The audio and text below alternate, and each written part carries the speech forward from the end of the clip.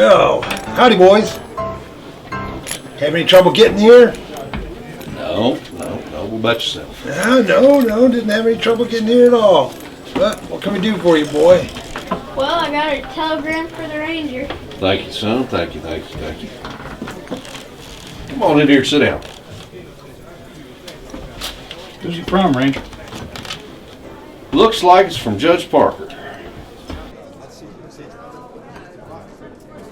All right, well, it is. It's from Judge Parker, and I'll tend to it later. You're fine. You're fine. What's my favorite judge want now?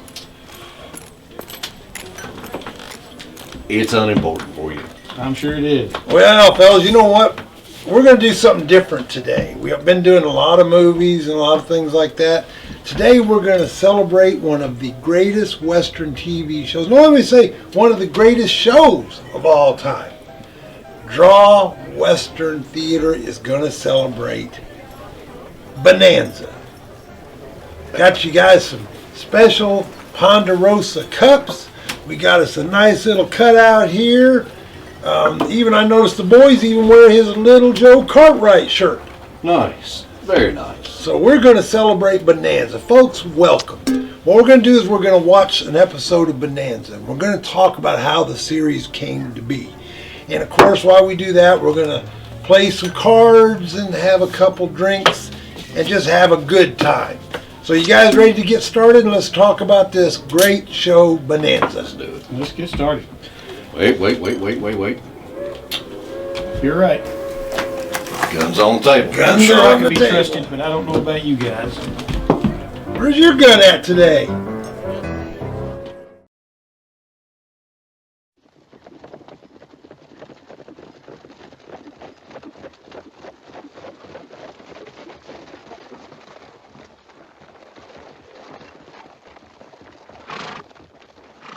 Keeler, put the horses away.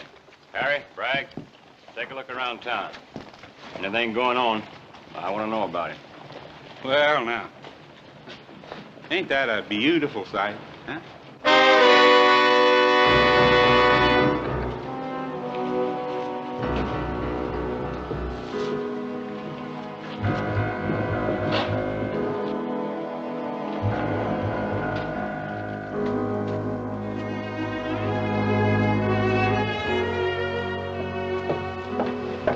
Sally?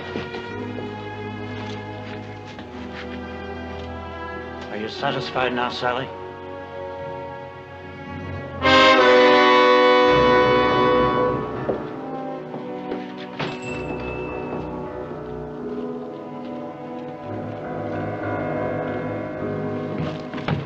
Howdy, Mr. Baxter. I've been looking for you. The petition? Yeah. Not many names. I'll get more. I got to. Hold it, Keeler. What for?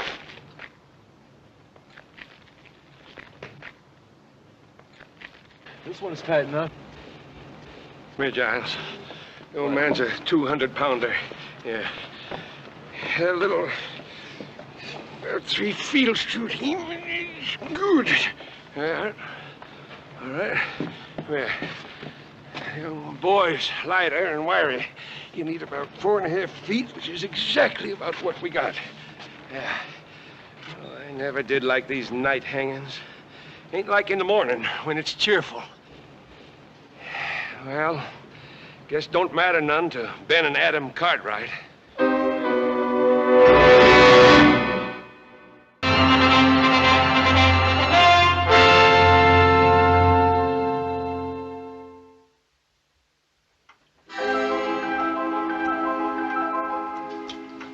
To go.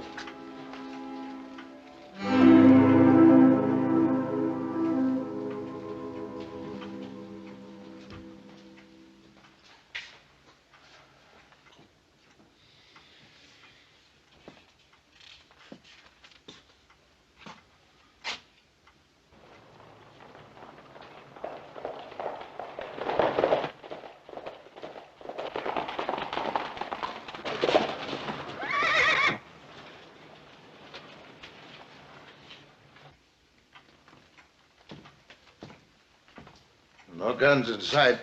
It's good. If my boys weren't supposed to bring guns into town, they won't.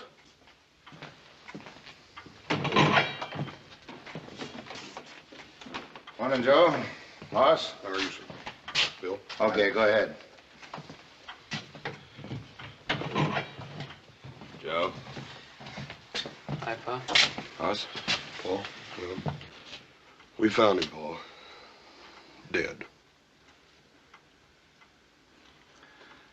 How'd he die? We found him about 100 miles north of here. Looked like he'd fallen off of a cliff. I was thrown off. Deuce Martin? Yes, sir. We left his body with the sheriff up at Spotswood. Now, there are only 2 witnesses to that killing. One of them's dead already. Now, Sheriff, you know my pa and brother are innocent. Deuce gave me a full statement. Yeah, and then he left town before the trial. Didn't much matter. Sally Burns saw it, too. And you believe her? Well, the jury did, Joe. I'm sorry.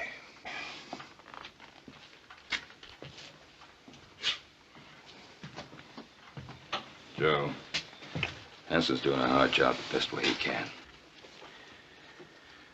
Now, time's getting short, but we may still come out of this right side up. What do you want us to do now, Paul? 3 things. Now, first off, talk to Sally Burns again. And second, help Ed Baxter. He's putting out a special edition of the newspaper. What good's that gonna do? It'll make people think a little bit. And I'd like you to think of the 3rd thing, which may be our best chance. Barney Ogden's taking a petition around town. The governor will grant a stay of execution if we can wire him the names of 50 citizens, asking that our case be reconsidered. Oh, and Hawkins' men are in town, so stay clear of them. Well, we won't fool with the Hawkins boys. We better get together now, Joe. Look to your horses first. I heard you coming into town fast after a long ride. A good rancher looks to his horses first.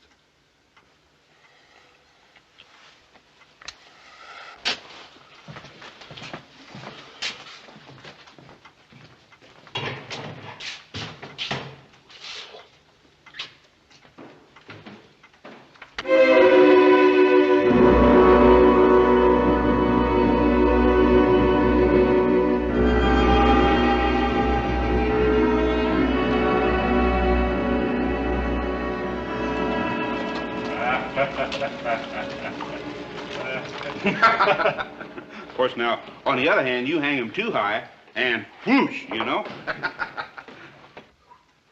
This town's like a graveyard. What's the matter with everybody? I just don't know. Well, mostly people come from miles around to watch the neck stretching. They bring a lunch and make a day of it. There's some folks around here kind of fond of the Cartwrights, who wishes there wouldn't be any hanging. It'll make Hawkins the biggest ranch in the territory. You like our boss, don't you? Sure. Sure.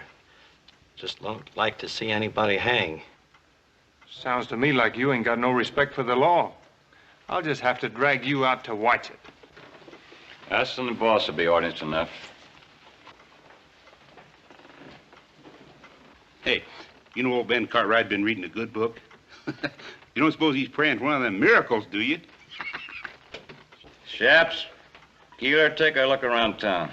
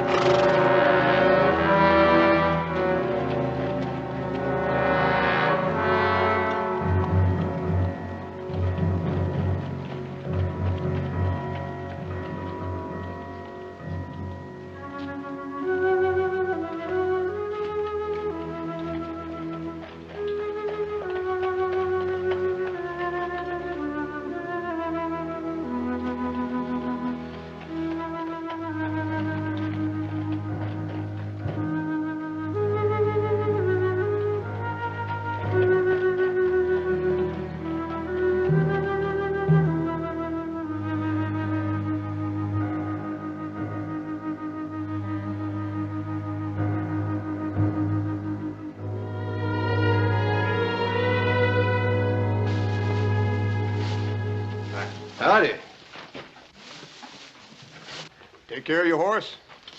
Yeah, 6 quarts of grain and all the hay and water he wants. Yes, sir.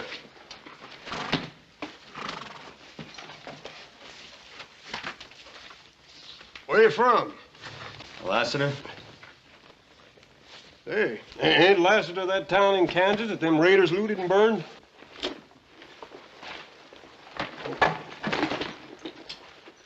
Hold on. They're hanging Ben? Or coming? Coming real soon. You, here to watch? Why, I'm looking for someone. I don't hardly see, nobody packing a gun in the breeches. I'll take care of your horse. Yeah.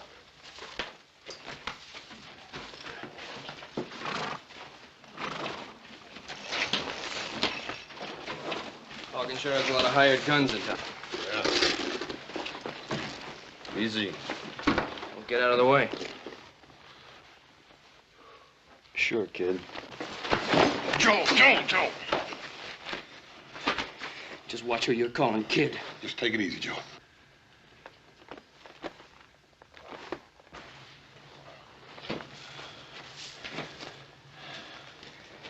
Pick up yourself.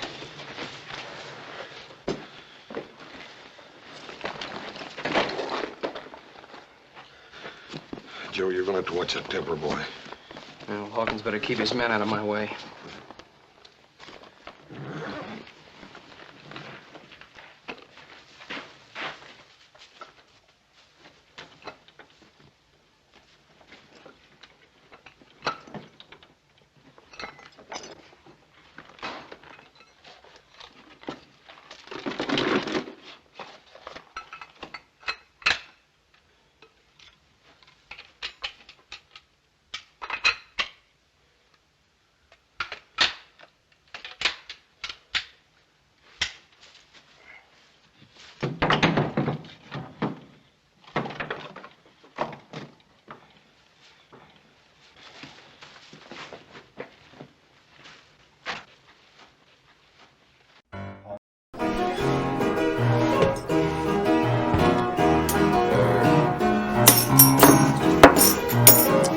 Well, let's talk about Bonanza, I'm guys. only asking where that knife is. Yeah, this little toad-headed varmint's one that tried to cut me. Bonanza had an interesting history, the way it came about. Now, David Dortort was working on a show called Restless Gun. And then after that, he worked on another show called The Public Defender. And the shows in the 1950s had one thing in common whenever they portrayed a dad. Dortort said that every show he looked at, all the dads were portrayed as idiots or morons, that they all were just bumbling fools. Remember that? Okay. And he said, well, what he decided he wanted to do is he wanted to try to write a show where the dad was the patriarch, the all-wise, all-knowing leader of a clan of boys. Was this before or after Father Knows Best? This was kind of along the same era, but you even think about Father Knows Best. Even though Robert Young was kind of wise and he always had the answer, he also still ended up looking like a fool in a lot of different episodes. Right. If you think about that. But the other thing that got David Dortort sold on doing the idea of Bonanza was Lake Tahoe. He went to Lake Tahoe. Now here he is up in Lake Tahoe, 7,000 feet. No clouds. He said the sun came down. The color was incredible, the greens, the blues, the lake. And so he thought, why aren't we doing a Western up here? Because it was the most beautiful scenery he had ever seen. So he pitched it first to one of the guys on The Public Defender. And the guy said, okay, here's what you do. You're working on during the day here. At night, you can write the treatment for it, and we'll pitch it to the studios. So he actually worked day and night. During the day, he works on the show. At night, he's writing the treatment for Bonanza. Now let me ask you something, because I heard a story that they wrote the theme song to the show before the show was written. Is that true? I believe the show had been written but it had not been shot when they did the theme Okay, song. so you've kind of heard something like that. I've heard that too. I've heard that the song came first. But, you know, and when he was writing it, it was kind of interesting because, like I say, he was writing a different kind of Western. It wasn't a Western where everybody was traveling town to town, or like Dodge City, every week another bad guy would come to town. This show was about a ranch and about a family. And so it was the Ponderosa. And so he kind of, he was going a different sort of route. But when he decided to pitch it to the studios, he went to them and he said, we're going to shoot this show. We're going to shoot it up in Lake Tahoe. And we're going to shoot it in color. Now, right then they were like, color? Are you out of your mind? He said, yes, we're going to shoot it in color. Nobody's shooting in color. You know how expensive color is? So he said, well, here's the thing. If we shoot this show in color right now, RCA was the parent company of NBC. If we shoot this show in color, when they come out with a new color TV sets, we're going to be the only show on TV with a color show. They said, yeah, but nobody has color TV sets. They're $2,000 each. This was 1959. They were really that much then? Yes, they were $2,000. They were anywhere from $1,000 to $2,000. So he said, nobody can afford them. He said, yeah, but sooner or later, RCA is going to get the cost of those down enough that everybody's going to want a color set. And when they do have a color set, what are they going to watch? Bonanza. Bonanza. So they said, okay, here's the thing. If you will pay what's called the increment, if you'll pay the extra cost from shooting the negative between what it costs to shoot in black and white and what it costs in color, if you personally will pay it, we'll shoot the show. David Dortort, this writer and small-time producer on a TV show, says, okay, I'll do it. I'll pay the increment. You just, you put the show on, I'll pay the extra cost to have color. And so they went into production a little step at a time, and every step of the way they kept saying, you can't have color, can't have color. Tommy Sarnoff backed him on this. Tommy Sarnoff was one of the heads at NBC. And of course you would think, why wouldn't NBC want a color show? RCA is their parent company. RCA is making the color TV sets. Well, they just weren't, even though they were in the same division, they were two different companies. So they didn't care what RCA was doing. They're NBC. They didn't want the overhead cost. So they go ahead and they go into development on the show.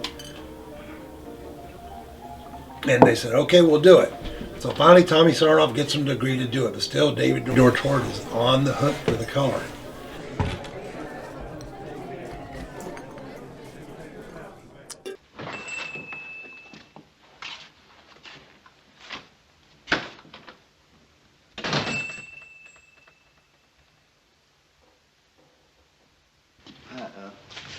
You open?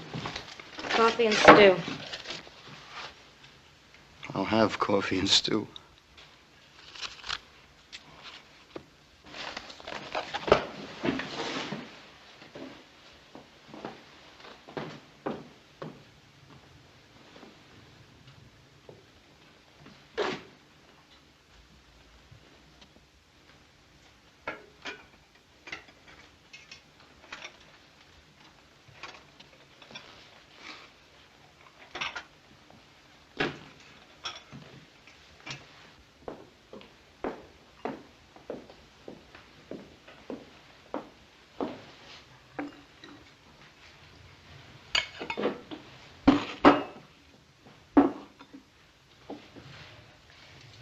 Is something wrong? Oh, it's just that I've never seen a lonesomer town. Well, it's just that everyone's afraid to watch the Cartwrights die. Not everyone. That calendar there says someone's been counting the days.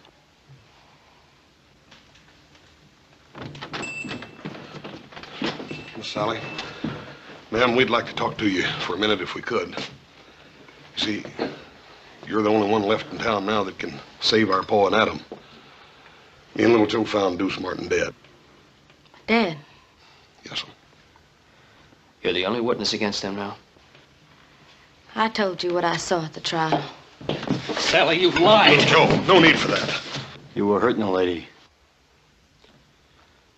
I didn't mean to hurt you, Sally. I'm sorry. I just wanted you to tell the truth, that's all.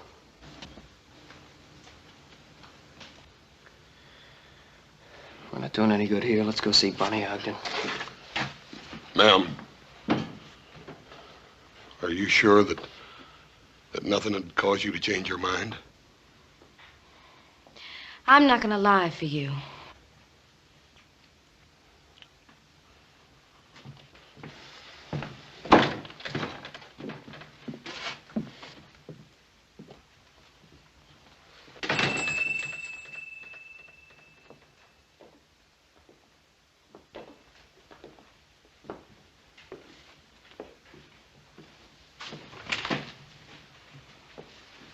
You and Si Hawkins are the only men I've seen stand up to the Cartwrights. Coffee and stew around the house.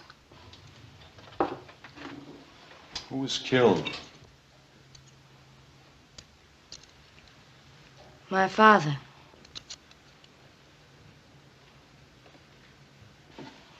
Ben Cartwright come here one night with his son Adam. They were boiling mad and claimed Pa had been buying Mavericks stolen off their Ponderosa. They went out back where Pa and his hired hand Deuce Martin were cutting wood. I could hear them arguing. And then there was a shooting.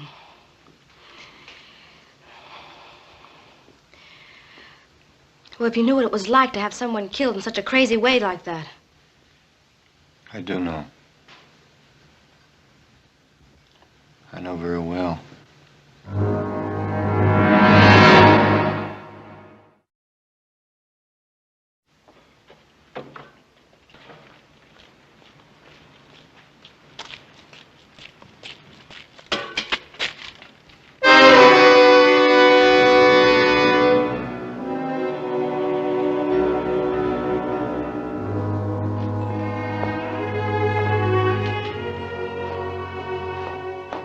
Sheriff Henson sent me.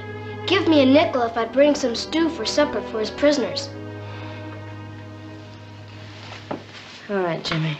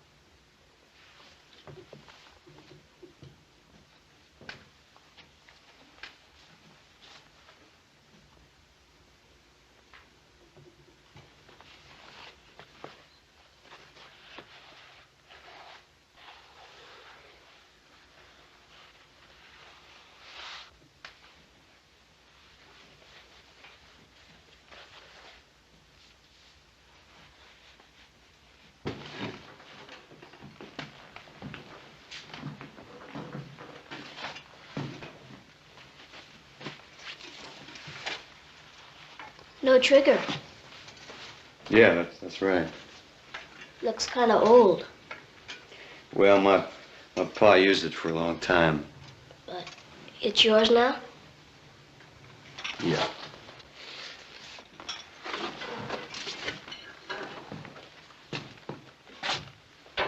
Does the town of Lassiter in Kansas mean anything to you? No. How do you mean?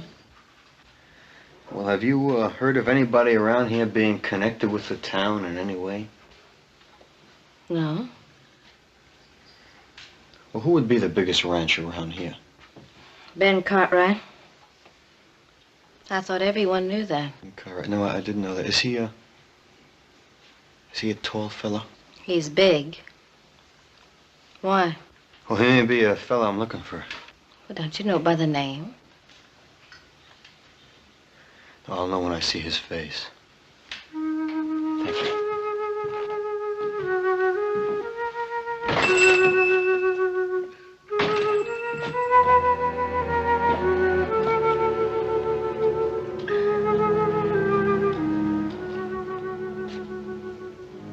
Hey, Shaps, Keeler. Fred says for everybody to come in and have a drink.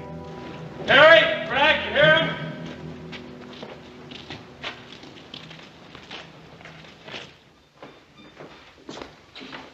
Nothing to worry about. Everything's under control. I'll be handling the final details. I'll do what I can to be helpful. That's very kind of you. Just how can you help us? Your throat should be clean shaved as possible. The hemp is new and stiff. It sometimes pulls short whiskers. That can be painful.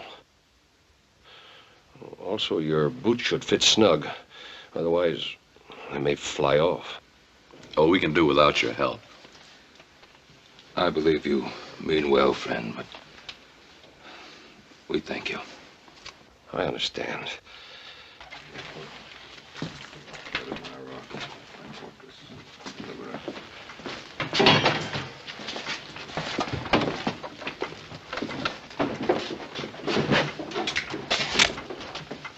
What do you want? To see the older Cartwright. What for? It's a personal matter. Sorry, but you can't. Go ahead. My Lord, who is worthy to be praised, so shall I be saved from mine enemies.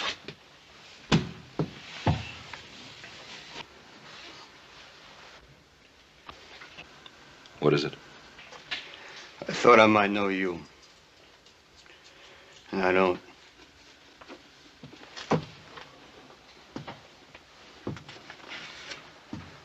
You seem disappointed. I am. You thought the hangman was doing you a favor? Yeah. This man you thought I might be. You hate him very much. Yep. Sorry I troubled you.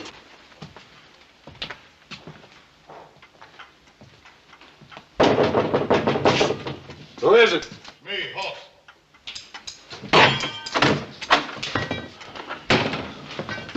Paul? Hoss? Sally Burns ain't gonna change what she had to say. What about the petition? Barney Ogden's probably down in the miners' flats. Little Joe's down there to fetch him now. Well, that's good. They ought to get lots of names down there. Yeah, and we're gonna need them too. Everybody in town's holed up in their house. Hawkins. Yeah, they want to stay on his good side in case he takes over the territory. Nobody's taken over while I'm sheriff. Hanson, you knew an office here. They get rid of Pa. Hawkins will start chopping away at the Ponderosa till he's more powerful than he is now. And if you stay honest, you'll just have one problem. You'll be dead. Better get on with your talking. Time's running out. Hoss, I want you to work on the petition and the newspaper. But no more than that. What do you mean, no more than that, Paul? Adam and I agree. Do everything you can inside the law. But that's all. If you try to free us by force, Hawkins' men will slaughter you. Besides, you'll be coming up against these lawmen and be shooting at our friends. That's no good. You don't have to worry none, Paul. Hoss, I want you to promise me no violence. Yes, sir. And try the telegraph office. Maybe Joe missed Barney. Maybe he's already got the names and sent them to the governor. Yeah, I'll check.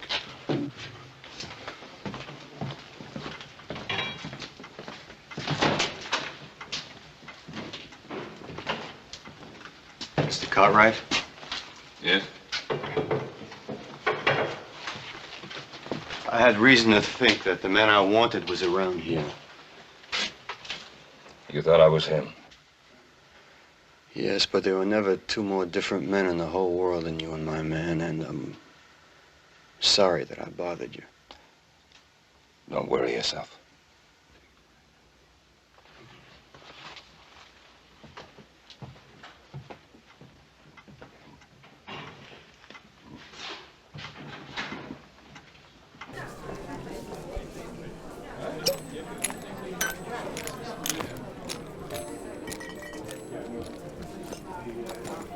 Now, next thing they decide to do is casting. Okay? So they got this idea for the show now. And when Dortort was working on Restless Gun and on The Public Defender, he had met some certain actors that he liked. He met Michael Landon. He wrote Little Joe for Michael Landon. You know how rare that is for somebody to write a show for the actual actor? He met Dan Blocker on a show too. He liked Dan Blocker. So he went ahead and wrote Hoss for Dan Blocker.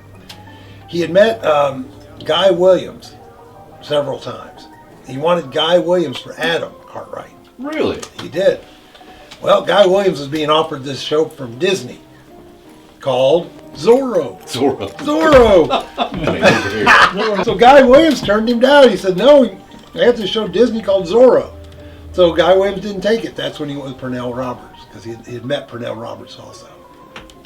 He went with this actor. He saw this actor on a show called Wagon Train. You guys remember Wagon Train? Right. With Ward Bond? Ward Bond. Hmm? He saw this guy in an episode where the guy stood up toe to toe with Ward Bond and said, never backed up an inch. And that guy was Lorne Greene. Well, that very night, David Dorchort is going to a party, and who's there? Lorne Greene. So he talks to Lorne Greene. Did you know that Lorne Greene was the voice of public radio in Canada? No. He was. He was the voice of public radio. He did all the reports about World War II. So during World War II... Really? During World War II, all the Canadians heard that voice come on the radio, going to tell them how bad it was, how many boys had been lost, and this, that, and the other, and where Germany's going, and so they called him the Voice of Doom. Lorne Greene was known as the Canadian Voice of Doom. I did not know that. So, Dorchort said when they first got on set, said first thing he had to tell Lorne Greene, he said, listen, you're going to have to tone that down. Because everything Lorne Greene said was, well, let's go over here. And he said, everybody else is talking normally. So he said, Lorne, you got to bring that down. You got to bring it down. No, I'm not. You know, he said, you're yelling. Everybody else is talking normally. You're not. You're yelling. No, I'm not. So he took him up in the booth and had him listen to it. He said, you'd have him, little Joe. Come here, little Joe. And so he said, only then did Lorne Greene realize that's what he was doing. So he said, but Lorne Greene was a good enough actor and a good enough guy that he realized it and he brought it down. He said, that's the only problem he ever had with Lorne Greene. And so anyway, that was our 4 cast members. We had those guys, those 4. So now he takes it in front of the studio and he says, here's my 4 guys I want. What does the studio say? I'm sure they wanted someone else. They wanted bigger names. They wanted bigger names. We don't, nobody knows who Lorne Greene is. But wait a minute, Lorne Greene, the guy that's the voice of doom in Canada. The voice of doom in Canada. He's like a superhero, the Canadian voice of doom. Well, Michael Langdon hadn't really done a lot by then either. No, as a matter of fact, I think it was Restless Gun that he had seen him on an episode in. Had he not done I Was a Teenage Werewolf yet? I think that was right around the same time. but I think it might have been the year before that he did Teenage Werewolf. I'm not knocking that movie. I liked it. Still not a big feather in his cap, is it? I was going to say, I don't know that gets you a lot of job offers, but it could. It could, but he actually... So they had the 4 characters, and they said, no, we have to have a name. We want a name actor. And he said, look, and this is one of the most prophetic things that... Prophetic things that David Dorchort ever said. He said, television is a new medium. Television is going to make its own stars. So you put these 4 guys in. They may not be household names now, but they will be when this show comes out. And how about that? Think about that. And they all did go on to big careers. They all went to become big-time stars. Well, think.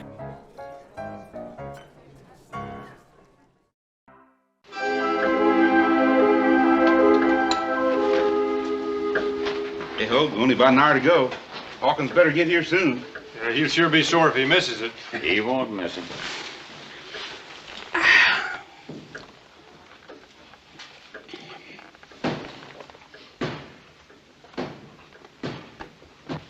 You looking for something? Have a whiskey, please? You're a stranger been going around, ain't you?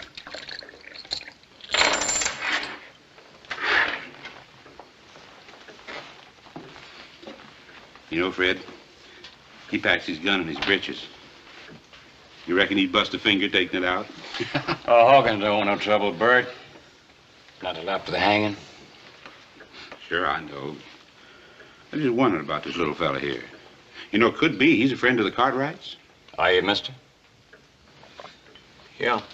Long standing? 10, maybe 15 minutes. be a short-lived friendship. Now, us, we're backing up law and order and justice. Seeing that there ain't no slip-ups in that hanging.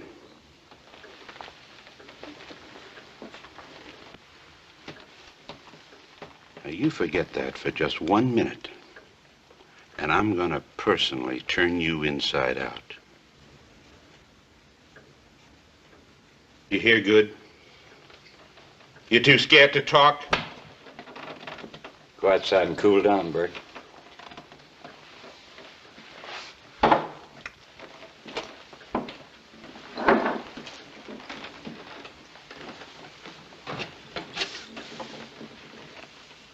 Hey, Cartwright's got any friends around here? Not many. Watch it, kid. Sorry, mister. What do you got there? Stu, I gotta take you to the jail. Hey, Hoagie. Hey, Hoag, come here. Yeah. This kid's taking Stu to the jail. It must be the Cartwright's last supper. Say, what do you think we ought to do with it, Hoag? Well, let's just flavor it up a little. No! Stop! Oh, let's just do her upright, Hoag, huh? Don't, please, mister! Come here, kid. No, please, stop, mister! Get up.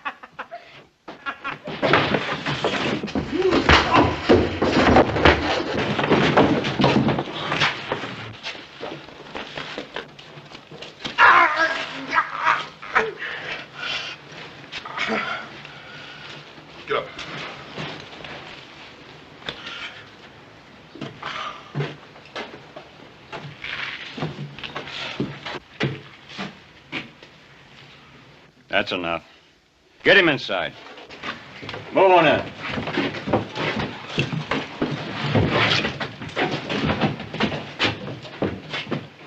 We'll take care of you later, after the hanging.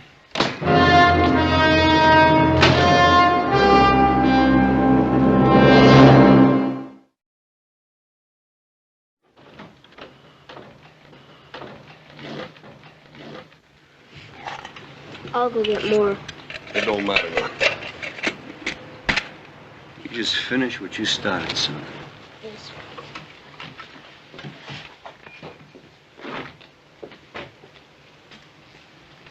Whose side are you on, anyhow? Well, I talked to your pa, and I'm just beginning to wonder about this hanging. How come? Well, it just seems to me that the wrong kind of people are in jail around here. Well, it's for sure that my pa and my brother didn't kill Mr. Burns. Yeah, well, a lot of people around here think they did. Couldn't have happened. Couldn't have happened the way Sally said it did. Mr. Burns was shot from out of the dark. My pa and Adam shot back trying to save him. You mean that Sally Burns lied? No, I don't think Miss Sally lied. It was dark that night. I think she just didn't see it right. What about the fella that saw it? Deuce Martin? He ain't no good. He'd have been scared out of it or bought off or anything. Well, I hope you get that petition signed. We will. We got a special edition of the paper coming out, and that's going to help. That's good.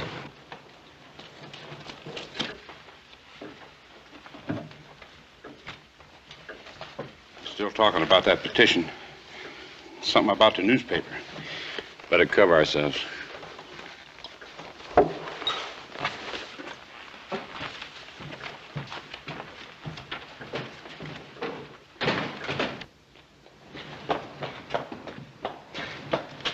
Boss!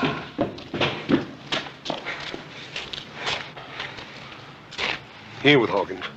Yeah, who is he with then? You fellas, if you don't mind. Look, Barney ain't down at the flats. He hasn't been there. He didn't even go down there? No. We gotta hurry up and find him and get that petition. We haven't got much time left. Yeah, let's try his house. Come on. Right. If nothing else works, you fellas planning on a small revolution? Yep. Well, hold off as long as you can.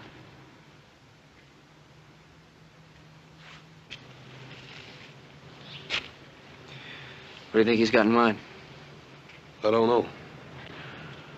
But if it's a revolution, I got a sneaking hunch that feller'd be worth a regiment. Well, we don't get the petition, we're gonna need a regiment. Come on. Yeah. Don't When Mr. Hawkins comes to town, he'll settle with his men for treating you that way. No, he won't. He won't do nothing. Well, he can't be held responsible for what his men do. As a rule, you can usually tell a man by the men around him. Now, Hawkins was forced to hire those rough men to stand up to the Cartwrights. Better put him down, Bert.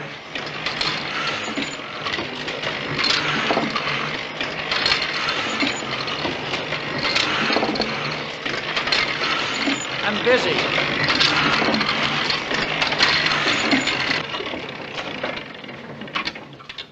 Hawkins won't like folks reading words like that. I can't prove the Cartwrights didn't murder Burns, but the Lord willing, I can help stop the hanging. I sure wish we could change your mind.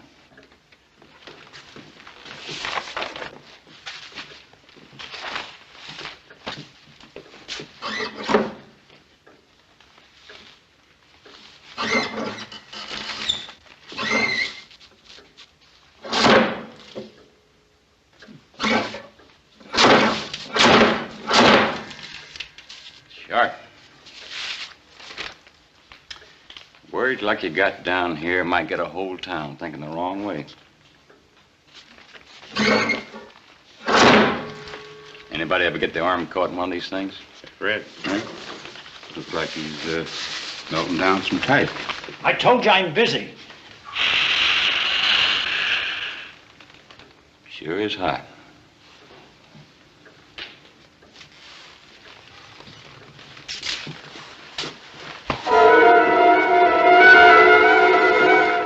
I knew a fellow once who got his face pushed in some boiling lead. He sure wasn't a pretty sight. Ross, all the shades are down at Barney's house. Yeah, let's try it anyhow. Yeah. That's funny, middle of the day, have the shades down. Yeah. Try again.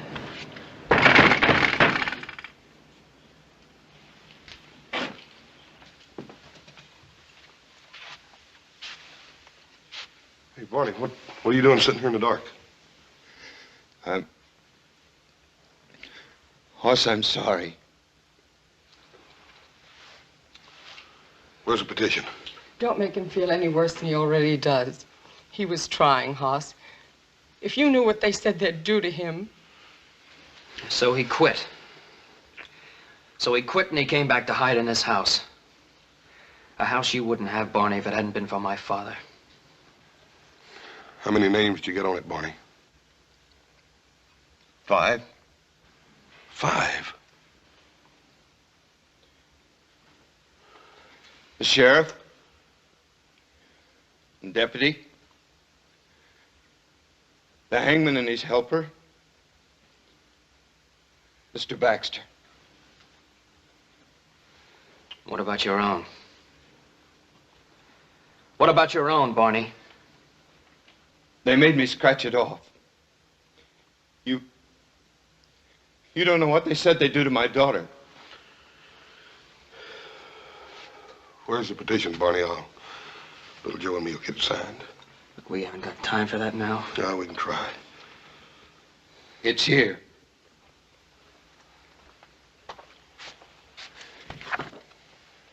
I'll light the lamp. Don't bother, Barney. I think I can see you better in the dark than I ever did in the daylight anyhow.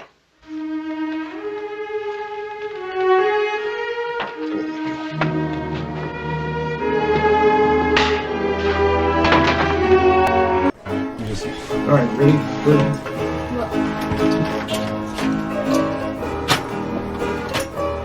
The first year, they finally, well, George Short, like I said, he was on the hook for the cost of the color negative and stuff. They shot the show, it came out. They put it on Saturday night, I believe, at 7:30, up against Perry Mason. Oh.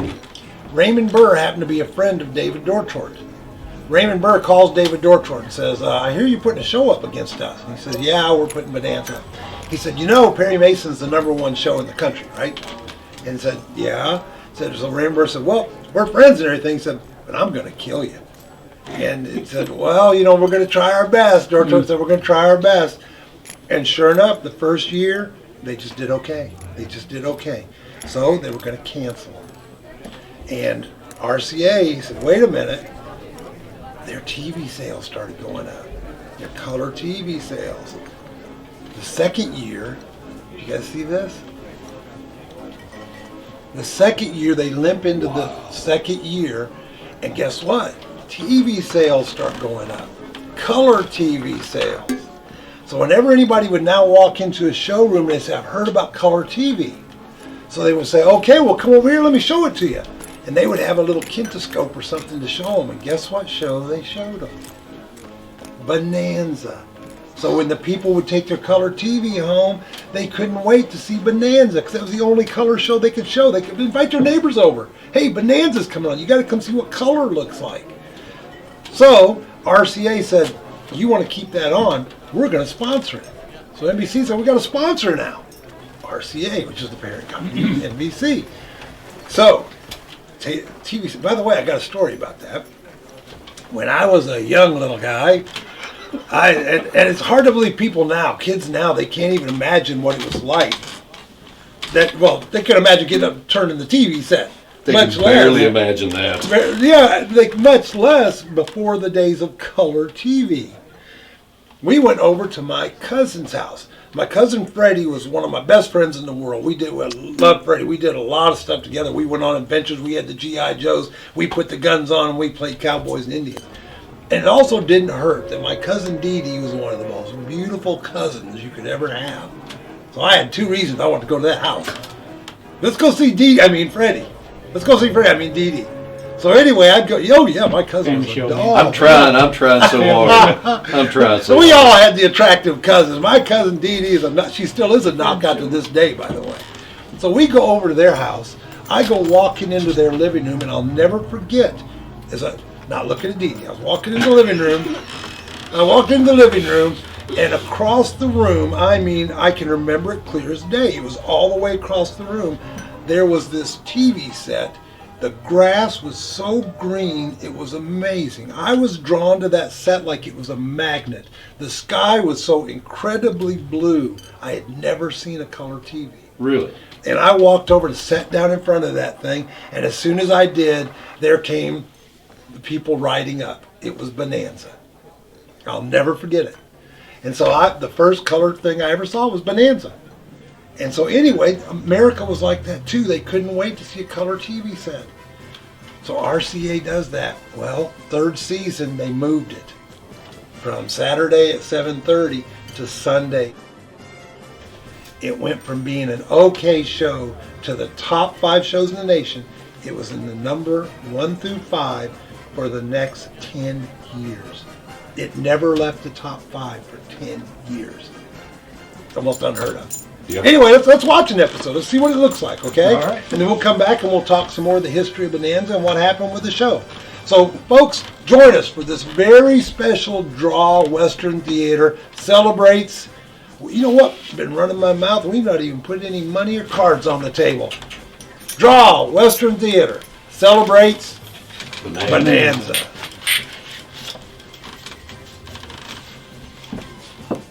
All right. Yield up.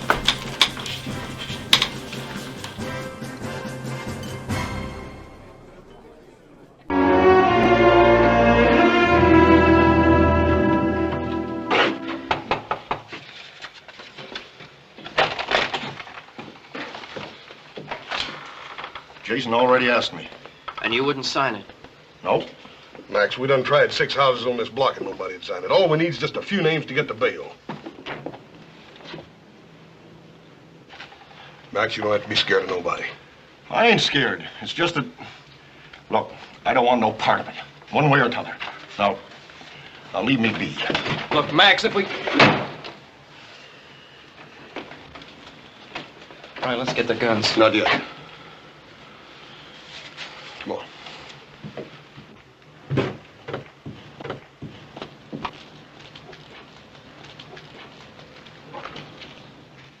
Well, now, the way I look at it, they was tried fair and square. And I ain't one to go agin a judge and jury.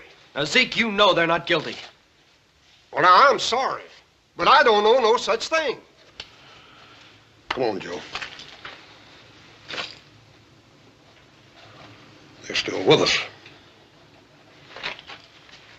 Thanks a lot, Zeke.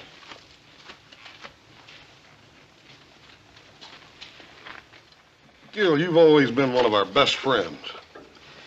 It ain't fair you bringing this in here. Besides, one more name won't do no good. Look, we said we'd protect you. I know you mean that, and maybe you would. Every day of the year but one. Come on, Joe. My, you sure are working hard on that petition. You know, I'll sign it. My name's Ulysses S. Grant.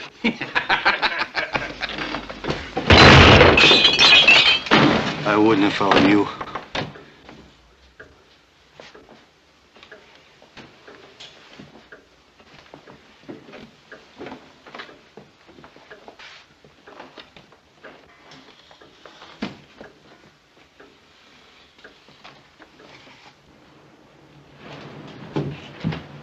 Bless it.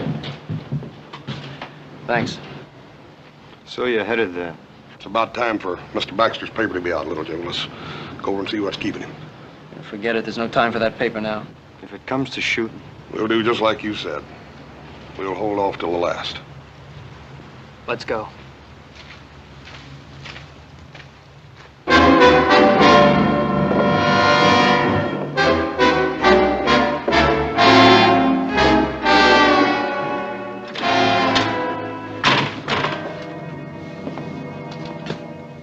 Baxter. Mr. Baxter. He ain't bleeding. What's wrong with him? He's been scared half to death. It's time to get them guns, Joe. Come on.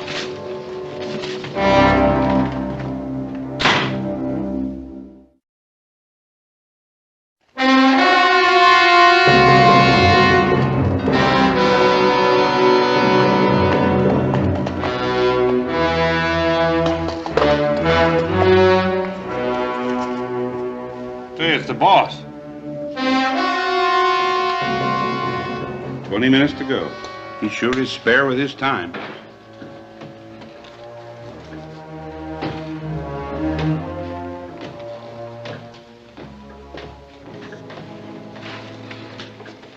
Anything happen I should know? Oh, nothing much. They gave up on the petition. They didn't try anything else? Well, Baxter was putting out a newspaper to help him, but we stopped him. Oh? How? Little hot lead. Good. He won't forget. That's all? Yep. What happened to your hand, Bert? I was a stranger. Nothing to worry about. You better be right. Bert. Yes, sir. Put my horse up and build a fire out there by the gallows. We'll be able to see better. Jay, Hoagie, come on.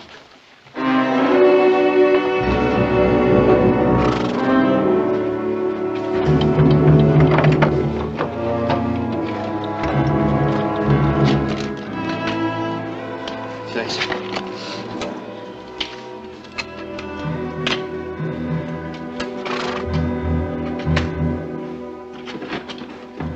Little Joe, horse. Feed box. Mr. Jackson, I hate to do this to you, but you make one sound, I'm gonna do worse, you hear? Let's go.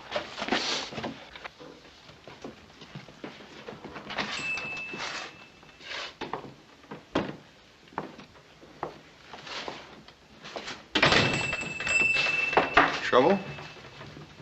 I got there too late, they told me. all things being equal, you got there as soon as you could. Yeah, but I wanted to do something good for Mr. Cartwright and Adam, and I didn't even get them their last meal on time. They're tying their hands up so as to hang them. Thought it was a plain business deal. Sheriff gave you a nickel for the job. I don't care about the nickel.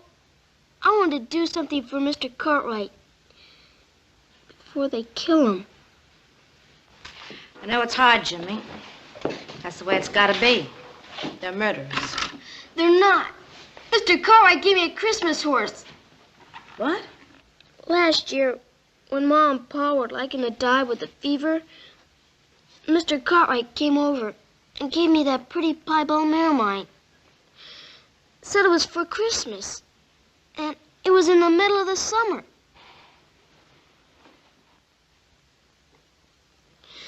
Now I'll never get to pay him back.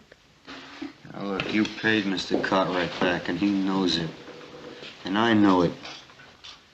And someday you're gonna know it. Yeah? Yeah. Now, come on, you can go home. Everything's gonna be all right. Poor kid. Just like the Cartwrights. Buy some little present and get a lifetime of loyalty for it.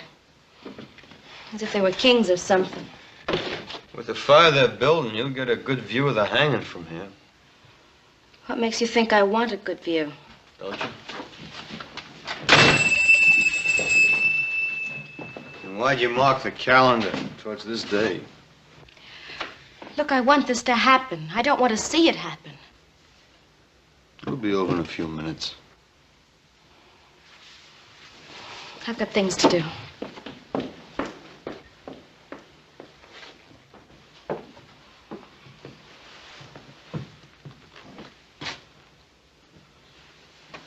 Can't see the hanging from here. Just hear it. Hear it? The hanging sounds almost as bad as it looks. Trapdoor bangs open, and there's a loud thump. There's probably a few fellas watching will give a whoop or a holler. Is this the window you saw the killing from? Mm-hmm.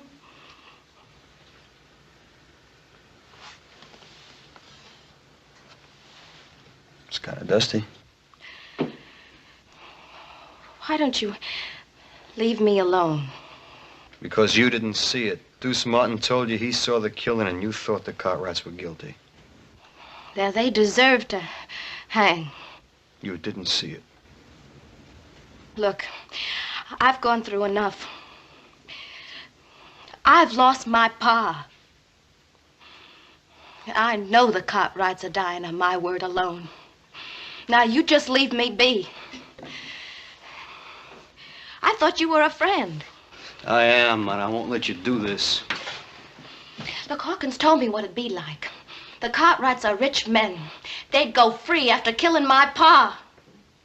I couldn't let that happen. So you lied? I didn't say that. Now look, once, just once, I saw an innocent man hanged. And I'm still looking for the men who did it, and I will be for a long time. Now, the Cartwrights didn't kill your pa.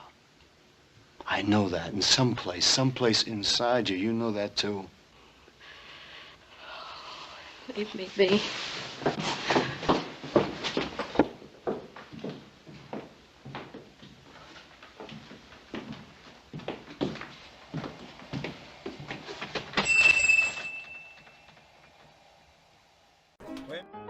Well, he's got me on this one. Did he? Yep. Yeah, what do you think? Should we stay in or should we get out? Stay in. All right. And we shall stay.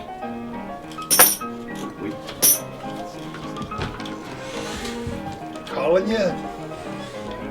What you got? Well, 3 aces. Read them a week. Oh, gone. The lucky game. We need to renegotiate our working arrangement there, son. All right, go ahead. Well, welcome back, folks. Hope you're enjoying our special episode of Bonanza. One thing I wanted to mention that we didn't mention on the intro. Bonanza was such an iconic show, and there were so many episodes and so many years that we're not just going to do one show on Draw Western Theater. We're going to do a total of 5 shows, right? This show, which is just talking about the show. Then we're going to do one show for each one of the characters. We're going to do one for Lauren Green as Ben Cartwright. We're going to do one for Adam, played by Pernell Roberts. We're going to do one for Dan Blocker. Dan Blocker. Damn, I like Dan Blocker. Yeah. Dan Blocker. We're going to do one for Michael Landon, right? You like Michael Landon, don't you? Yes. What do you like about Michael Landon? He likes the action. He always thought that Little Joe was quick with his fists. Little Joe was the fast draw of the show. Yeah, he was. Well, you know... Never did mess with Little Joe. Well, I like Little Joe's character. Like I said, we're going to get into all those later. But you know, Little Joe was also a left-handed gun, wasn't he? Yes. There was very few left-handed guns on TV. I think Little Joe was one, and who else? There was another famous left-handed gun. Oh, Dale Robertson. Dale's of the Wells Fargo. Dale's of Wells Fargo. You know what I read about that? I read that he was actually a righty. But he looked on TV, and all the gunslingers on TV were right draw. So he learned to draw left, just to be a lefty. That's what I heard. Oh. Could be true. I also heard he challenged Audie Murphy. No, I'm kidding. I'm kidding, folks. That's an inside joke there. But anyway, let's Andy up.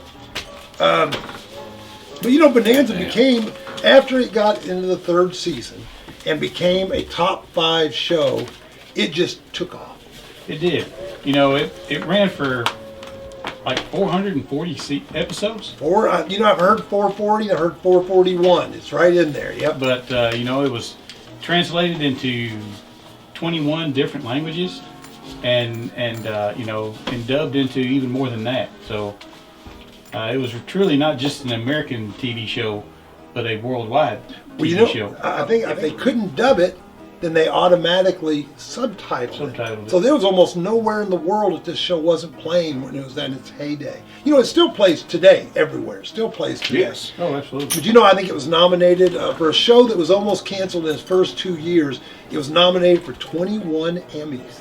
21 really? Emmys. Yep. First year was? No, it was later on. First year they were trying to can it the first year. Right. But you know, the television sales, we were talking about RCA's television sales, they went through the roof. It was one of the greatest advertising campaigns ever in the history of advertising. That Bonanza, and of course after Bonanza, there were so many other shows that went color. So David Dortort got the last laugh. One interesting thing about it too is, of course, all the different things it spawned. Do you guys remember Ponderosa Steakhouse? Yes. Bonanza Steakhouse? Mm-hmm. Those were done by yes. Dan Blocker. Actually invested in a restaurant chain, and that's what that became. There was Bonanza T-shirts. There was Bonanza clothing. There's, you know, shirts like this became popular because of Little Joe Cartwright, and so it was amazing what this little show that David Dortort made ended up growing into. Like you said, what was it on? 14 years, wasn't it? 14 years. 14 years, and it was in the top 5 for 10 of those 14 years. That's just incredible, to be honest. Oh, it is. It's amazing if you think about that show. As a matter of fact, it was still going strong right into the 70s. They're showing it on, what is it, Stars Western? Mm-hmm. Well, cable channel. It's on cable now. Yeah. I mean, honestly, I watch it every time it's on. So it's one of those shows that you always feel comfortable. Always had great stories. We were talking about guest stars. Just about anybody who was any kind of an actor wanted to do Bonanza in the 60s because Bonanza was the top show on TV. Mm-hmm. One of Johnny Carson's favorite guests to have on, Michael Landon. Michael Landon always told the funniest stories about being, you know, on there. Those guys had a good time on set. They really did. They really enjoyed each other's company. Of course, we'll talk about Pernell Roberts, and that's in the upcoming show, Pernell Roberts. And, you know, but for the most part, these guys loved each other. They got along. They knew they went from, remember we was talking about unknown actors and how they would make stars themselves on TV. They went from season 1 barely being paid, I think it was like $2,500 an episode. By season 3 or 4, I think they were getting $40,000 an episode.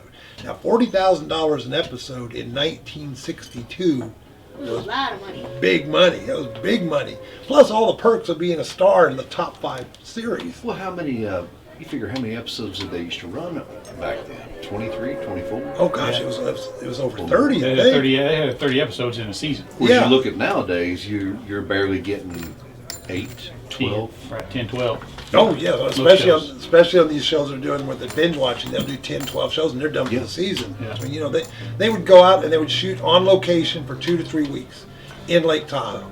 Then they would move back and they would go on to the sound stage.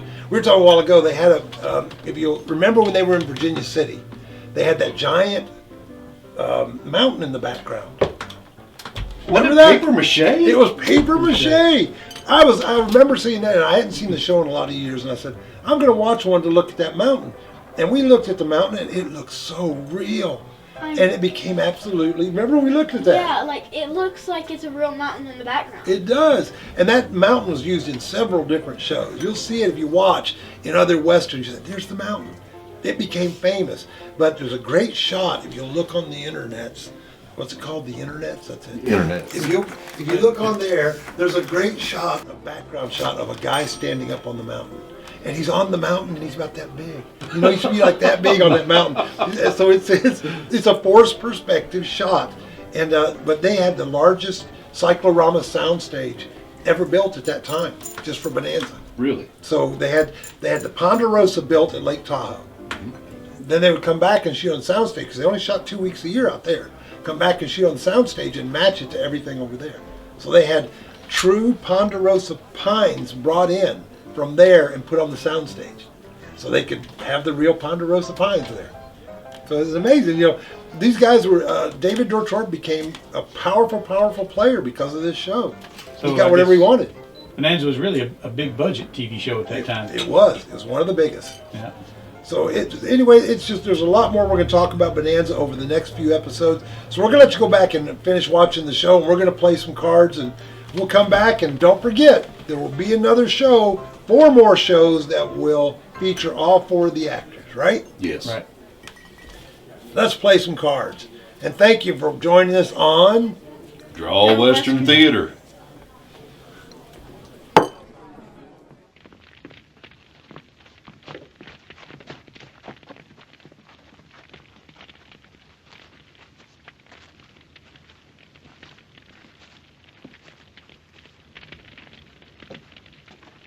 It's starting.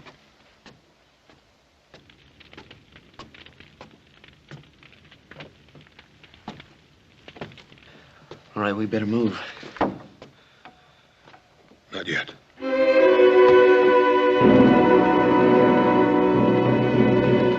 They're walking up the steps. Can you hear them?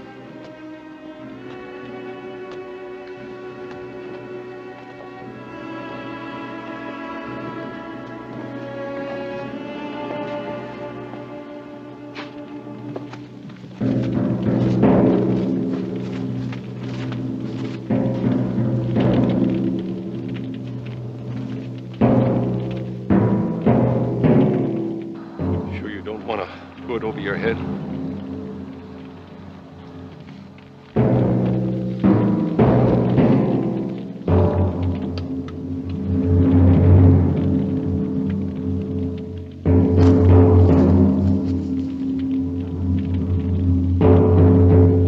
Lord, who's worthy to be praised, so shall I be saved from my You're right. I didn't see them. I couldn't be sure. Tell him. Come on, tell him. Sheriff Hanson! Sheriff Hanson! Sheriff Hanson, I lied. I didn't see them do it. Stay out of this. We met before, mister. Who are you? In Last City, Kansas. Remember? At another hanging party. Remember? Remember?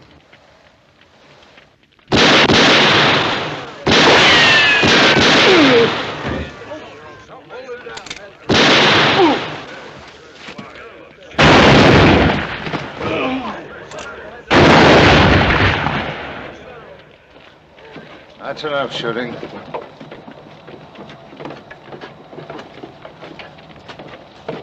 All right.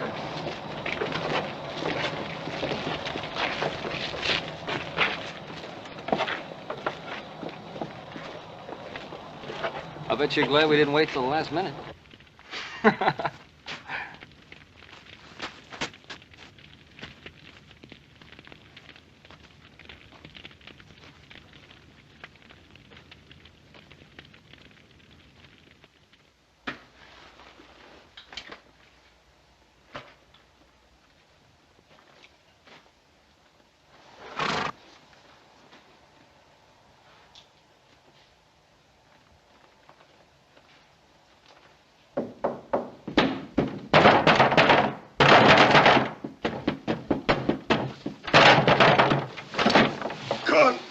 The Cartwrights.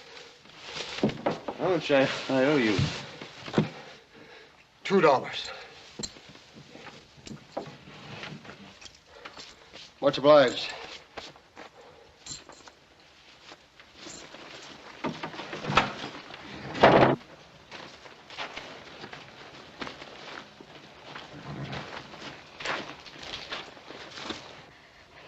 Lassiter, I guess I'll never know who killed Pa. Hanging innocent men. I owe you. I want to thank you. You don't have to thank me. You did what you thought you had to do. And you made it right.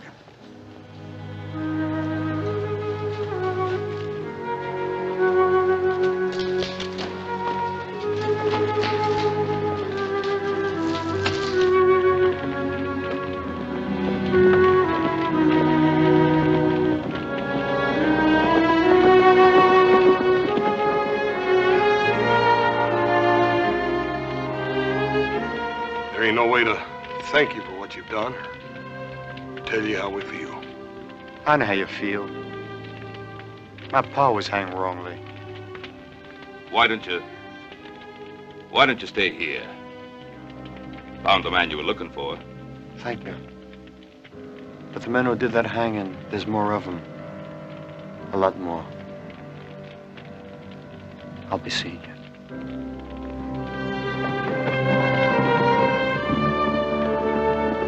He's a driven man, Paul. I sure would hate to be him. Yeah. Somebody'd like to be even less. Any one of the men he's looking for.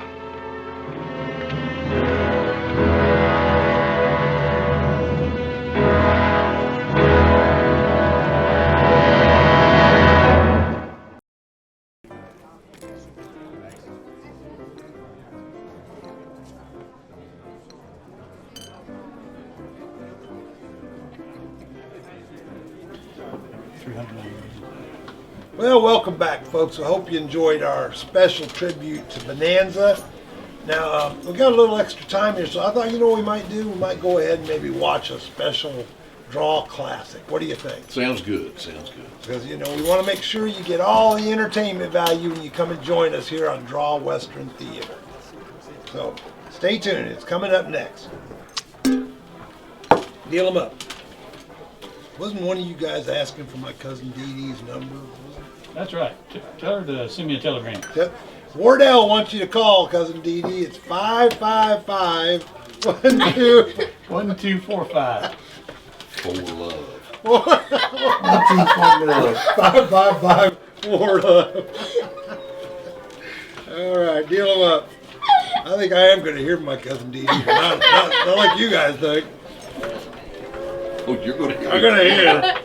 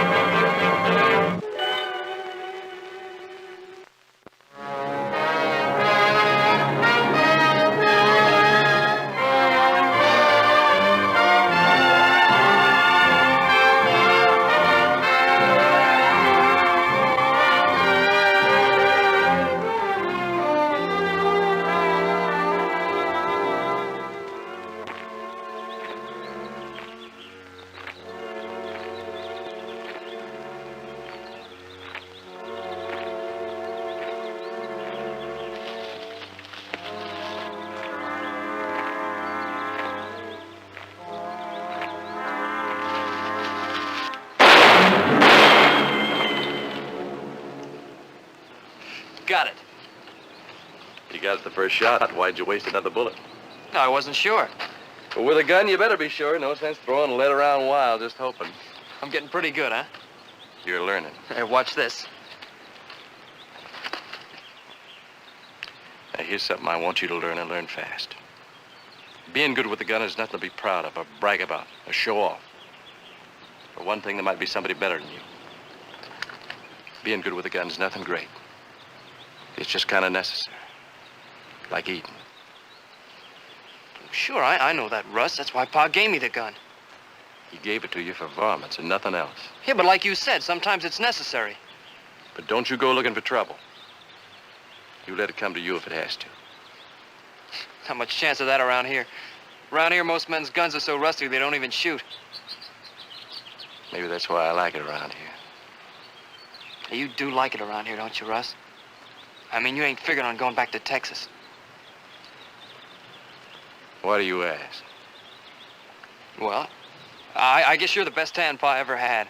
I think so anyway. So does Edie. She say that? Well, sure, kind of. Anyway, the best shot, that's for sure. Well, I won't be around here long if I don't get back to work. Come on, boy. Hey, wait a minute. Just one more draw, huh?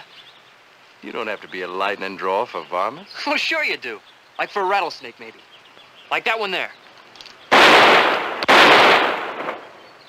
That time you missed the first one. Yeah, I guess so. You tried to shoot too fast. Like I told you. No matter how fast the action, you got to get set for a second before you pull the trigger. And you ought to know. Hey, what are you doing down here, Pa? I hear shots. I want to find out about them. Seems I'm a little late. Is the lesson finished? We were just fixing to go. When the wind shifts, you ought to take notice. The sound carries a whole lot farther than you think. We weren't trying to hide from you, Mr. Duncan. Oh, no? This draw's the safest place for target practice, that's all. You know how the missus and I feel about gunfighting. I told you when I hired you. But you gave him the gun. For snakes and hawks and coyotes, not for men. Anybody wearing a gun better know how to use it. Not for the things you're teaching him, not to draw against another. A man's got to know how to protect himself. I don't want any gunfighting around here, and I don't want any gunfighters either. Hey, well, look, it wasn't Russ's fault, Pa. You get along. Go get the horses. Hey, I don't want you to teach any more of that stuff to the boy. He's got a mind of his own, Mr. Duncan. I reckon he has, but you don't have to cooperate with him. I don't want him to be too good with a gun. Up till now, I've had no complaints against you. Seems like you wanted to forget your reputation and start fresh. Well, I told you I did, I still do. All right, you've done a good job and you've stayed out of trouble. Keep it that way.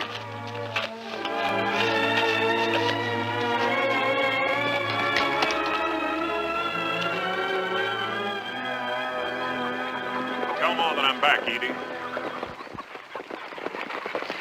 Hello, Russ. Oh, Edie. Ma says you should drive me into town this afternoon in the buckboard and help me with supplies. Well, say, that'd be a real pleasure. Hey, good, I'll go with you. Well, don't you have some things to do here? What things? Well, I don't know. No, I don't have anything to do. I'll go with you, all right, Russ? Well, I can't think of any reason why you shouldn't. Oh, good.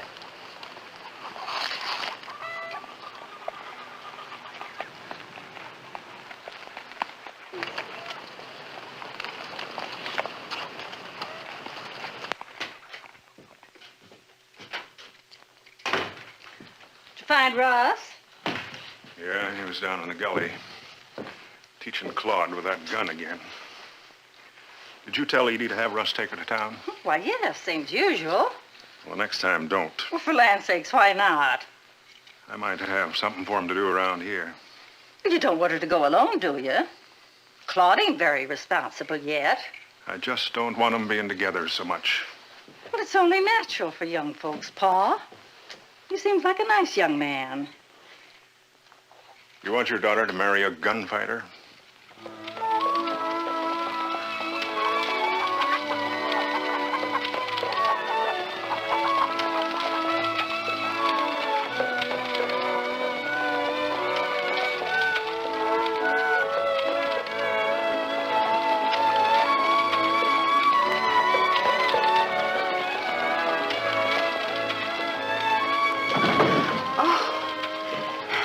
Excuse me. awfully quiet today, Russ. A penny for your thoughts. I'm afraid you'd be overpaying. I'll bet you're thinking about that girl who works in Big Nick's saloon. Thinking about seeing her when we get into town. Maybe. Only your ma told me to stay close to you and not go wandering off to any saloons. You make it sound like a prison sentence. Well, I guess it would be, if I was much of a drinking man. Well, I give you permission to go anywhere you please. Well, then I reckon I'll stick with you. And is the girl in Big Nick's? Oh, you're much prettier than she is anyway. Why, thank you, Mr. Baker.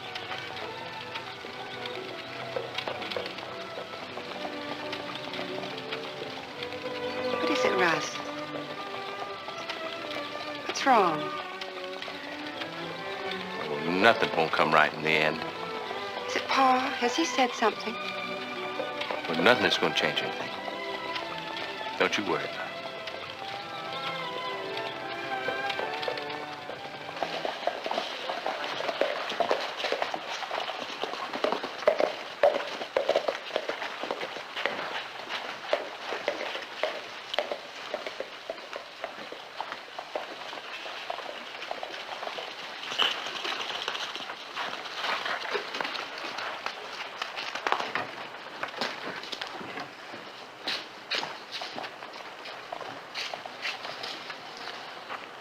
Afternoon, Miss Edie.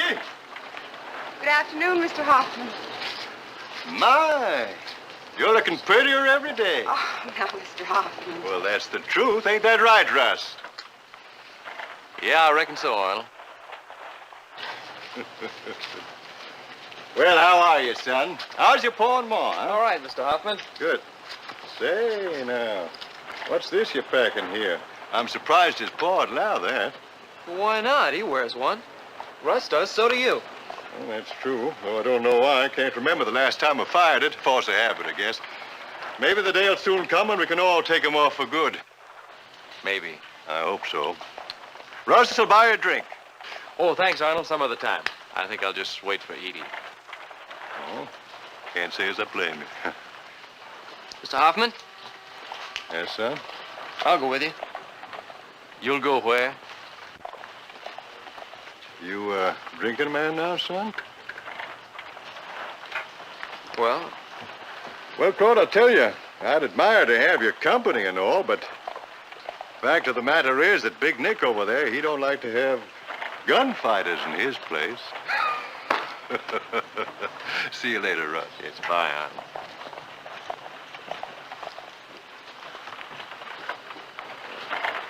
Well, look, I gotta try sometime. It ain't easy waiting to be grown up, is it? But it's a lot better that way. A lot of things look different then. What things? Oh, taking a drink, wearing a gun. Other things. You might as well settle down. She's gonna be a while. You know how women are. Women? Edie's just a girl. Hey, you called her pretty before, so did Arnold Hoffman, is she? Well, you got eyes. Yeah, I guess I just never thought about it that way. I guess that's one of the things that looks different when you get a little older. It's one of them, all right. You, on the buckboard. Well, it is. Russ Baker. This is a surprise. Hello, Slick. You're a long way from home. I'm a long way from Texas. Meaning? You don't plan to go back? Any special reason? Just put all that behind me. You don't have to make excuses to me. I got no quarrel with you.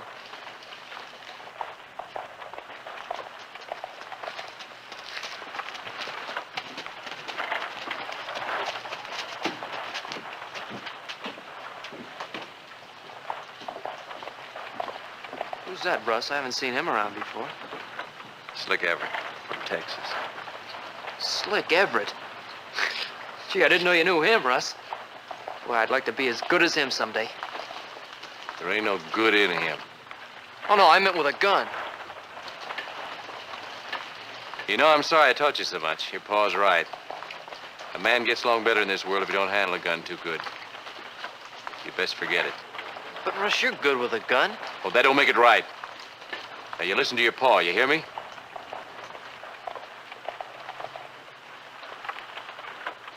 Put that thing up. I should have made you leave it at home.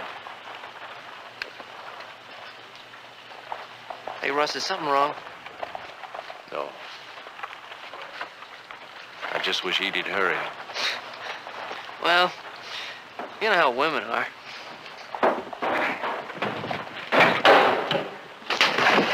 Now, you two take your fight outside. I had that back bar mare freighted from Salt Lake, and I won't have it broken now. Take your hands off me, you filthy hick.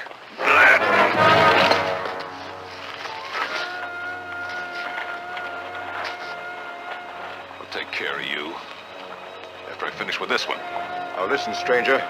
This is a peaceful town. You can't just come in here and push people around. I go where I want and I do what I want. And you're not the one to stop me. Well, somebody's got to. I just don't like being pushed around, that's all. All right.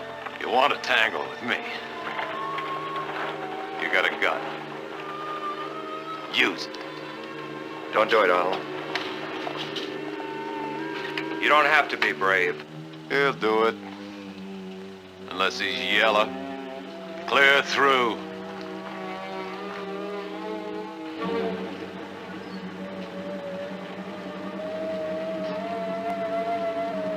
Mr. Hoffman ain't got a chance. Get in the store.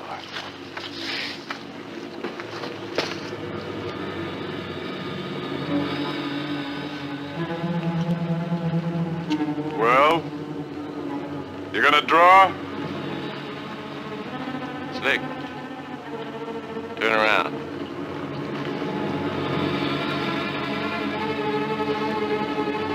It's none of your business, Baker. Keep out of it. I told you once there ain't a town big enough to hold both of us. I reckon you forgot that. You're a liar. You... Ready, Slick?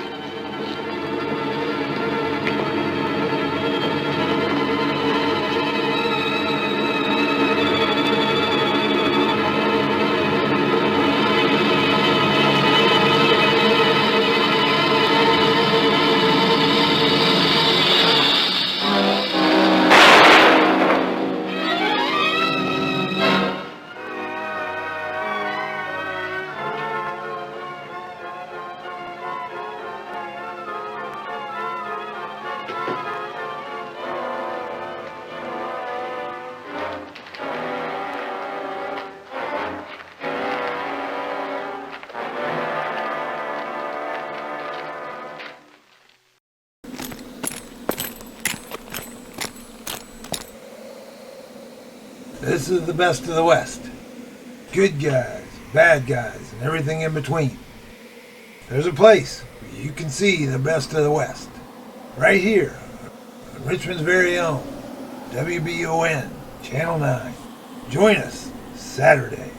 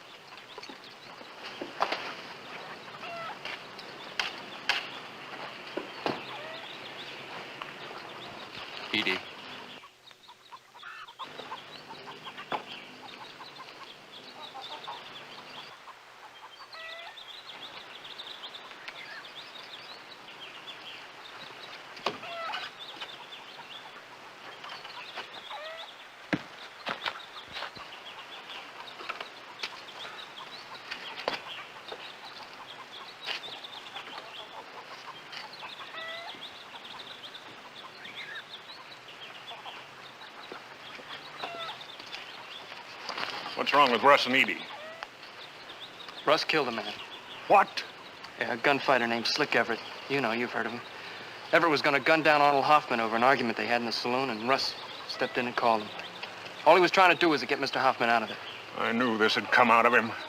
It's a good thing it happened before him and Edie got too serious. Look, he did it for Arnold Hoffman. He ain't no killer. Now you see why I don't want you fooling around with guns all the time. It changes a man.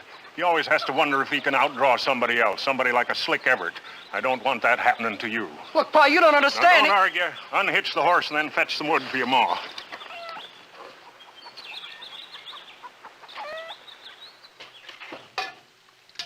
You look so calm standing there. Like Pa would, shooting a snake or a squirrel. But it was a man he shot, Ma. Guess I don't know him at all. Well, you shouldn't be so surprised. It's exactly like your father warned you. Yes, I know. Well, then it's a lesson for you. Be thankful it came before you married him.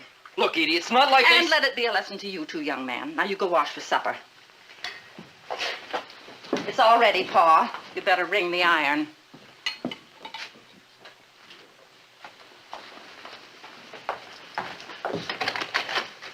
Oh.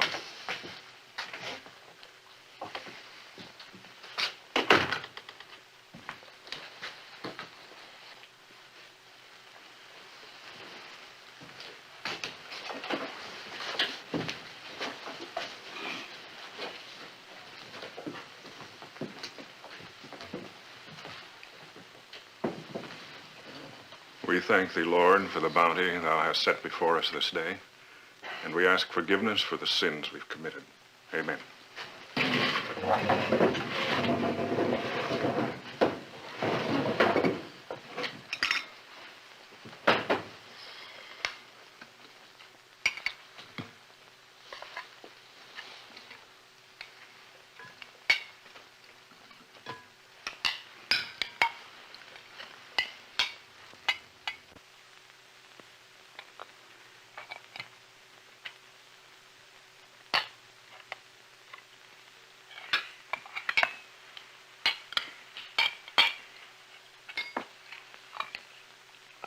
I reckon I'll just stay out the month, if it's all the same to you.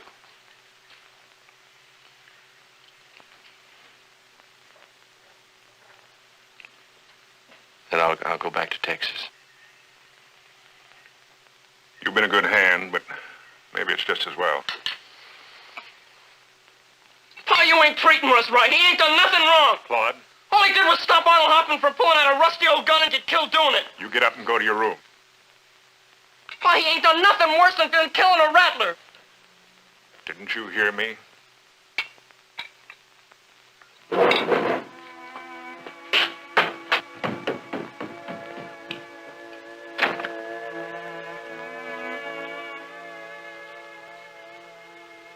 reckon I better not even stay out the month, if it's all the same to you. Do whatever you like. I'll have your pay ready.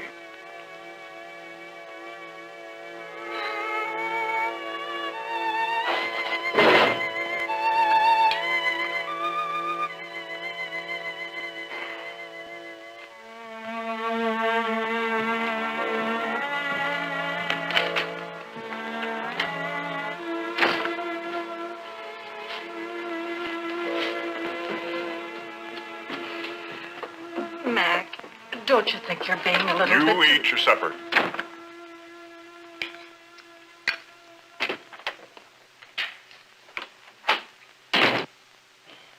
Well, I hope you're satisfied. Russ is leaving. Pa was wrong this time. Russ had to do it. Somebody had to. When? When's he leaving? Right now.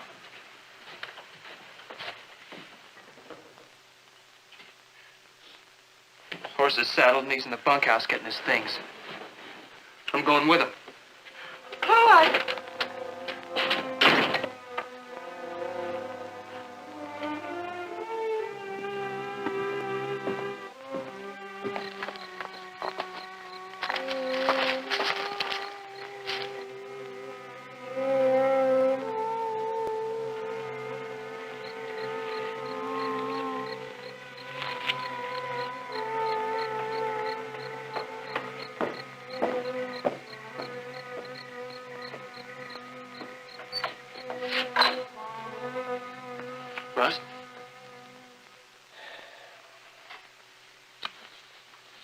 I want to go with you. You belong here. Help me mourn Paul. Oh, Russ, You please. go with me and you wind up drifting from place to place. With no more belongings than a $20 horse. Stay here. You'll be a cowman like your pa and Arnold Hoffman. They're both fine men. But, Russ, I don't want to be like my pa or Arnold Hoffman. I want to be like you. Or Slick Everett, maybe? Anyway, what would I do with a kid tagging along? Now go on back to the house and let me be. You heard me. Go on. Get.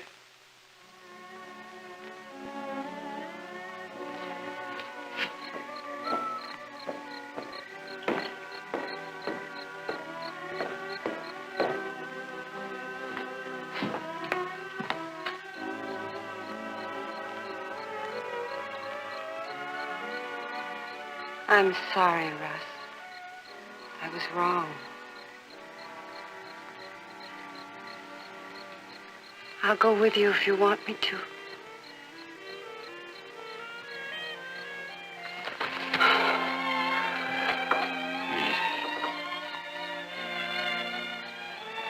Your pa may be right, you know. No, he's not. I know he's not. You suppose it'll always be like this? Having to move on. Never been able to settle down, become part of things. Oh, Russ, I don't care. As long as I have you. Well, I think I can promise you that. Then we'll manage the rest somehow.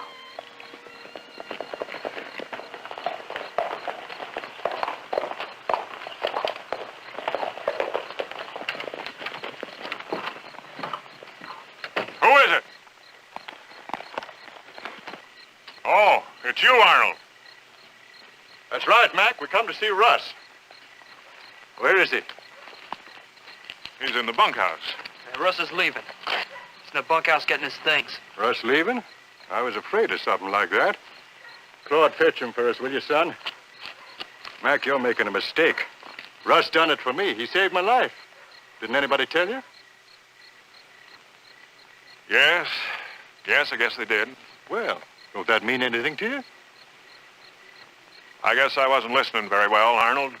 Well, we ain't gonna let you send him away. That's why we come. After what happened, the boys here and me and some of the rest of us, we got together and decided this town's big enough now. We ought to have a marshal. Don't you agree? That seems sensible. Well, sure it makes sense. And since being easy with the guns a trick a marshal has to have, we figured that Russ here is our man. With him on the job, there won't be much trouble in this town, that's for sure. What about it, Russ? Well, I'm afraid not, Arnold. Why not? Being easy with a gun ain't the right reason for picking a marshal. What do you mean, son? A lot of fellas can handle a gun. That don't mean that just any gunfighter'd make a good peace officer. Now, look, you hammerhead, it ain't the gun that matters, it's the man that counts. That's what we want. I just didn't know how to say it, that's all. Shucks, you ought to know we like and respect you. Otherwise, we wouldn't have thought of it in the first place. Well, that's nice of you, Arnold. But everybody don't feel that way. Well, who don't? He means me, Arnold. Russ, I couldn't see the man in you for looking at that gun hanging at your hip. I was all fired set against gunfighters, but I was wrong about you. Maybe you'd better ask him again, Arnold. Maybe you'd better ask both of them. Looks like it's going to be that way now.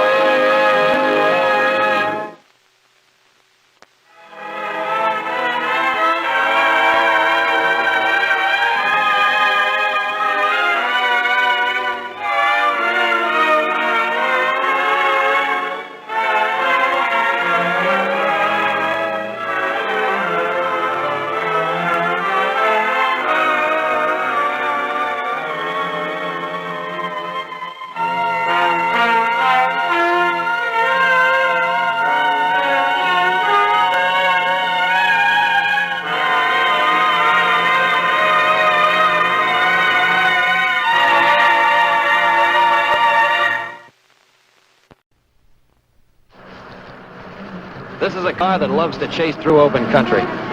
It's the exciting Corvair Monza convertible. Specially outfitted with optional extra cost, extra fun Spider features. Hi, I'm Mike Landon. Come on along and I'll show you what this Bonanza Spider's all about.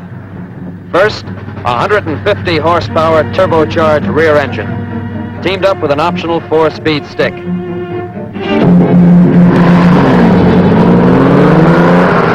Then special instruments, manifold pressure gauge, cylinder head temperature gauge, tachometer, and trip odometer. With rear engine traction, Corvair really steps out. And with Spider options, there's even more sports car flair. Bucket seats are standard Monza equipment. Why not try a Corvair Monza Spider soon?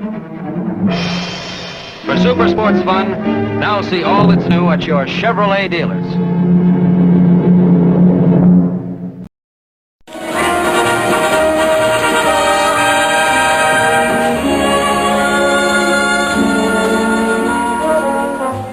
This is the '65 Corvette Stingray.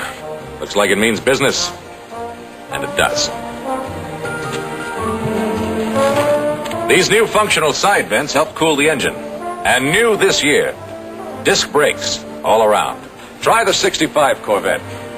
Put yourself in the cockpit and find out why they call it Stingray. You'll see what driving a real sports car is all about.